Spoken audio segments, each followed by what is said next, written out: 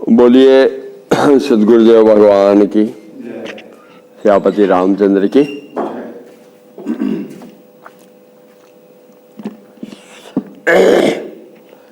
एक भैया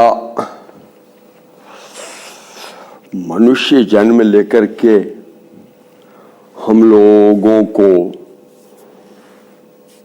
बहुत सारे अनुभवों से गुजरना पड़ता है और गुजरना पड़ रहा है।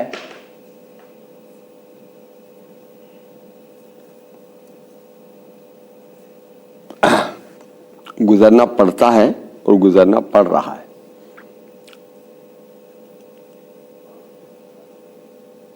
अब वो क्यों? क्योंकि हम लोग वी आर पेशेंट। हम लोग क्या हैं? हिंदी में क्या कहते हैं हम लोगों को? रोगी। हम लोग क्या हैं? रोगी। और मेरे भाई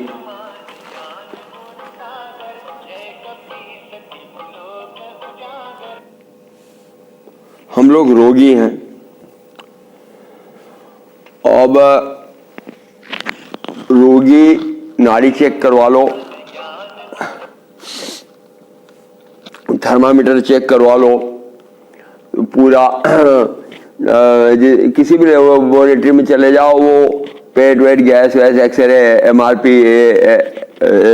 करवा लो। डॉक्टर बोलेगा कि नहीं तो you are fit, you are healthy. तो ये बाबा कह रहा है कि रोगी है।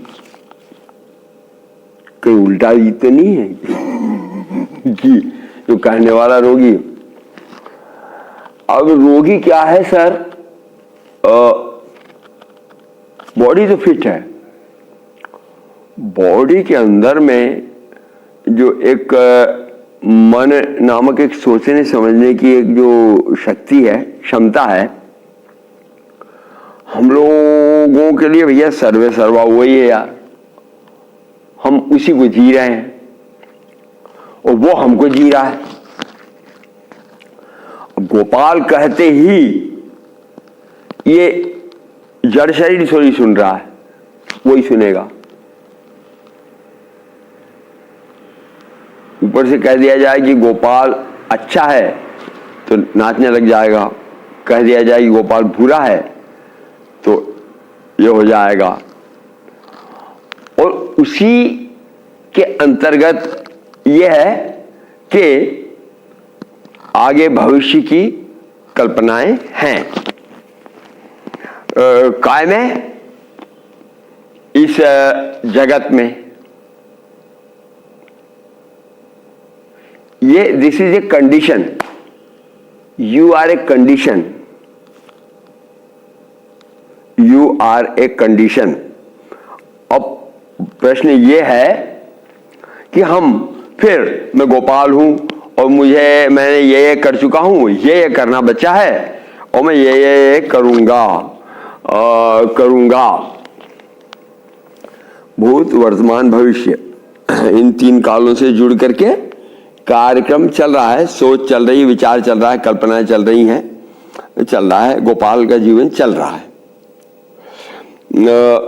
पेशेंट हम कहां पर हैं कि मतलब हम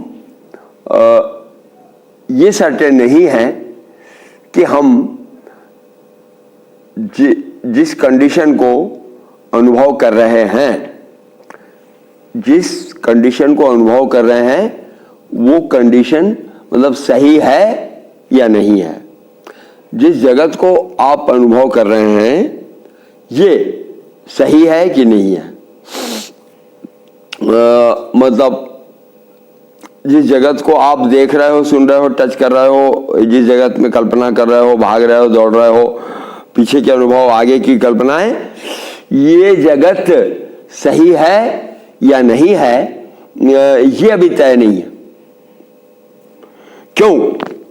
क्योंकि ये हमारी मानसिकता का शिकार हो सकता है। हमारे मन की अवस्था का शिकार हो सकता है, जैसे कि हमें कई बार जहाँ थोड़ी छाया हो, थोड़ा भ्रम हो, थोड़ा अंधेरा हो, तो वहाँ पर रस्सी लटक रही हो तो सांप दिखने लग जाता है, या कहीं सीप चमक रही हो तो हमको लगेगा कि यार चांदी का सिक्का पड़ा है, दौड़ करके जाएं और उठा लें। या जैसे जो पीलिया जिसको हो जाता है, उसको सारा जगत पीला पीला दिखता है, तो हम कह नहीं सकते कि जिस जगत को, जिस समाज को, जिस कंडीशन को हम जिस रूप से देख रहे हैं या प्राप्त कर रहे हैं या अनुभव कर रहे हैं, ये वैसा है। तो ये हमारे मन की एक अवस्था हो सकती है। तो ये हम एक मन की अवस्था में इस जगत को अनुभव कर रहे हैं। तो अगर आपके मन की अवस्था बदल दी जाए तो हो सकता है कि ऐसा जगत, ये जगत ऐसा नहीं है। अब बेटा आप लोग, आप हैं, तो स्वामी जी हैं, ये घर बार मेरठ और ये सब छोड़ छाड़ के यहाँ बैठे हो, तो तुम लोगों के लिए वो जीन्स पहनी हुई लड़की और वो बफ कट वाली लड़की और वो आकर्षण करने वाले शरीर आंखों में ज्यादा पड़ते नहीं। तो तुम लोगों की दृष्टि में मतलब वो तुम्हारे अब जो विषय हैं वो गिने चुने दूसरे विषय हैं, ये करना है, वो करना है, ये करना हो, पर वो इस तरह के शारीरिक आकर्षण का संसार नहीं है आप लोगों के पास में। क्यों? तो शारीरिक आकर्षण का, बल्कि अभी तुमको एकदम से वहां मेरठ में ऐसे शारीरिक आकर्षणों के संसार में छोड़ भी दें तो 1 या 2 दिन या 8 दिन तक हो सकता है तुमको वो पागल पागल दिखे वो लोग, हो सकता है तुम्हें वो लोग पागल पागल दिखें कि कैसा शरीर पर मरा जा रहा है। लेकिन इस पागलपन की, ये तो इंडिया का बोला, हमने मेरठ का नाम लिया, विदेश में तो का संसार और भी गिरा हुआ संसार है। विदेश का संसार और भी गिरा हुआ संसार है। वो वहाँ की अंग्रेजने और वहाँ के पुरुष, मतलब वहाँ, यहाँ तो आपके ब्रह्मचर्य पर और सेक्स पर मतलब प्रतिबंधात्मक दृष्टि देखा जाता है, वो वहाँ खुला है। खुला होने के नाते उनके दृष्टिकोण देख करके तो आपको और हंसी आएगी। वो मतलब आपको ये भी लग सकता है कि वो एक महिला है, वो किसी बिल्कुल बुड्ढे से बहुत समर्पित है। वो चलो चाइना ही तुम चले गए, और चाइना का भोजन क्या चल रहा है, कीड़े मकोड़े, बिल्कुल वो गंदे गंदे कीड़े, उनका वो टेस्ट से खाएगा, तुम्हारी दृष्टि में वो पागलपन लगेगा। तो ये एक मन की एक अवस्था है, वो एक मन की अवस्था है। विदेश एक मन की अवस्था है। और जो पशुओं को मार मार के खाते हैं वो एक मन की अवस्था है। आप किसी का छुआ नहीं खा सकते, ये एक मन की अवस्था है। तो संसार वही है, पर संसार आपके मन की अवस्था के अनुसार अलग अलग बदल रहा है। अब परंतु बात यह है कि ये तो एक मन की अवस्था है, पर मन की आपकी 3 अवस्थाओं का वर्णन वेदांत करता है। एक अवस्था तो ये है कि जो जिसमें आप और हम लोग बैठे हैं, इसको जागृत अवस्था बोलते हैं। एक अवस्था वो होती है कि जब हम स्वप्न में चले जाते हैं, सोए और स्वप्न, और निद्रा गहरी नहीं हुई और स्वप्न आ गया, तो स्वप्न आ गया तो स्वप्न में आपको ये संसार दिखाई नहीं देता, वहां एक दूसरे ही संसार खड़ा हो जाता है। आप स्वर्ग में हैं, आप नरक में हैं, आप पहाड़ पर हैं, आप आकाश में, आप झरनों के पास में हैं, आपको मछली ये कर रही है, वो कर रही है, शेर आ रहा है, दहाड़ रहा है, वो स्वप्न का संसार है। वहां पर ये संसार समाप्त हो जाता है। और उसके बाद में तुम्हारा मन जो है वो गहरी सुषुप्ति में चला जाता है, गहरी निद्रा में चला जाता है, तो वहां पर ये संसार और वो संसार, दोनों संसार समाप्त हो जाते हैं। तो अब इसमें से हम लोग क्यों इस संसार को ही सत्य मान लेते हैं, जागृत संसार को। और जागृत संसार में भी चाइना का संसार सत्य है कि अमेरिका का संसार सत्य है, या बद्रीनाथ पे रहने वाले संत का संसार सत्य है जो आदमियों का, मनुष्यों का दर्शन ही नहीं करता। तो मेरा तो निवेदन यही है और मेरा भी यह है कथन कि ये तीन अवस्थाओं के बाद में एक अवस्था और है तुम्हारी, वो अवस्था तुमको गंभीर ध्यान के बाद प्राप्त होती है।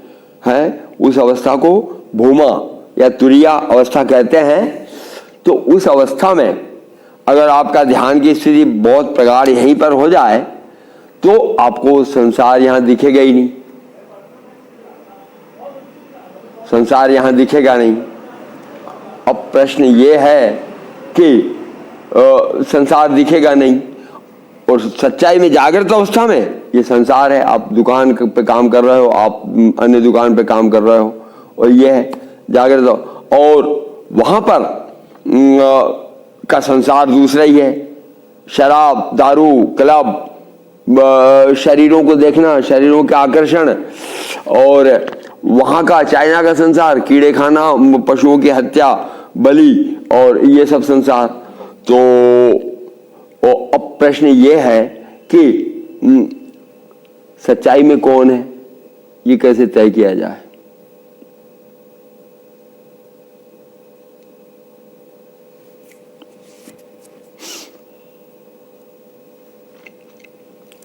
सच्चाई में कौन सी अवस्था को सच माना जाए या स्वीकार किया जाए, क्योंकि वहां की मानसिकता बिल्कुल आप लोगों से कई गुना बिल्कुल विपरीत है। वो मानसिकता, या कहीं कहीं ऐसे आतंकवादियों के या खूनी खच्चर जहाँ पर मर्डर या पशुओं की हत्या हुआ करती है, वहाँ ऐसा भयाक्रांत संसार है कि कब किससे बात करो, कब वो छुरा निकाल दे, कब आपका मर्डर कर दे। वो संसार एकदम भयात्मक होता है। भूत प्रेतों के संसार में चले जाओ तो वो संसार एक शंकास्पद, भयास्पद संसार होता है। तो संसार में स्वरूप कई हैं, परंतु बात यह है कि ये सब हमारे मन की अवस्था पर निर्भर करता है। तो हमारा कर्तव्य है कि आप लोग जो अपना अपना गांव छोड़ करके यहाँ आए हो, ये क्या करने आए हो पता है? अवस्था बदलने के लिए। काय की? मन की। क्योंकि जहां रहेगा शरीर, मन वो रूप ले लेगा। तो इसलिए आप लोग क्या कर रहे हो कि वो मन वो रूप न ले, दिल्ली में रहोगे दिल्ली का रूप ले लेगा। अनंत प्रकाश जी दिल्ली में होते हैं तो दिल्ली का रूप ले लेता है। कार्यालय में जब होते हैं कार्यालय का रूप। दुकान अगर तुम खोल लो अपनी व्यक्तिगत, तो तुम बिल्कुल एक बनिया बन जाओगे, सुबह से शाम तक अप डाउन। अच्छा, तुम त्यागी ब्रह्मचारी बन जाओ तो तुम्हारा संसार अलग हो जाएगा। तुम 9 दिन भगवती की उपासना करो तो तुम्हारा संसार बदलने लग जाता है, तुम्हारे संसार में दिव्यता आ जाती है। इस संसार में ये लोग जो हैं, तुम जैसे कि वो भाई साहब बोल रहे थे कि दुनिया में हिंसा या ईर्ष्या इतनी क्यों होती, क्यों? कि वो संसार अलग है। तेरी भी दुकान, मेरी भी दुकान, उसकी भी दुकान, उसकी भी दुकान, आइए आ गए और दुकान खोलने। तो हमारी दृष्टि में ये कैसे दिखेंगे? दुश्मन दिखेंगे। तो हम इनको दुकान खोलने नहीं देंगे। तो वहां का संसार जो है वो स्वार्थपूर्ण संसार है, वहां दुश्मन दिखेंगे सब। और जब आप उपासना करो 9 दिन, या अनुष्ठान करो, या भगवान की भक्ति करो, तो आपके मन में प्रेम जागृत होगा। तो आपकी दृष्टि में सब लोग भगवान के भक्त हैं यार, सबको, तो आपका व्यवहार दृष्टिकोण बदल जाएगा। तो आप कर क्या रहे हो? संसार को बदल बदल के देख रहे हो। तो संसार को क्या बदल रहे हो या अपने मन को बदल रहे हो? तो संसार वंसार तो बाहर की चीज है, मेन मुख्य चीज है मन। तो मन को अपने को बदल बदल करके देख रहे हैं।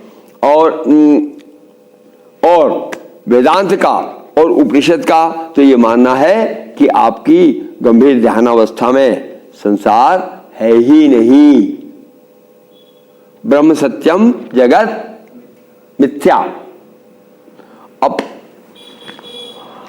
अब अगर हम इसको एक संसार मान करके इसमें जी रहे हैं तो हम सत्य मान रहे हैं कि असत्य मान रहे हैं? हम स्वस्थ हैं कि पागल हैं? सियापति रामचंद्र की जय।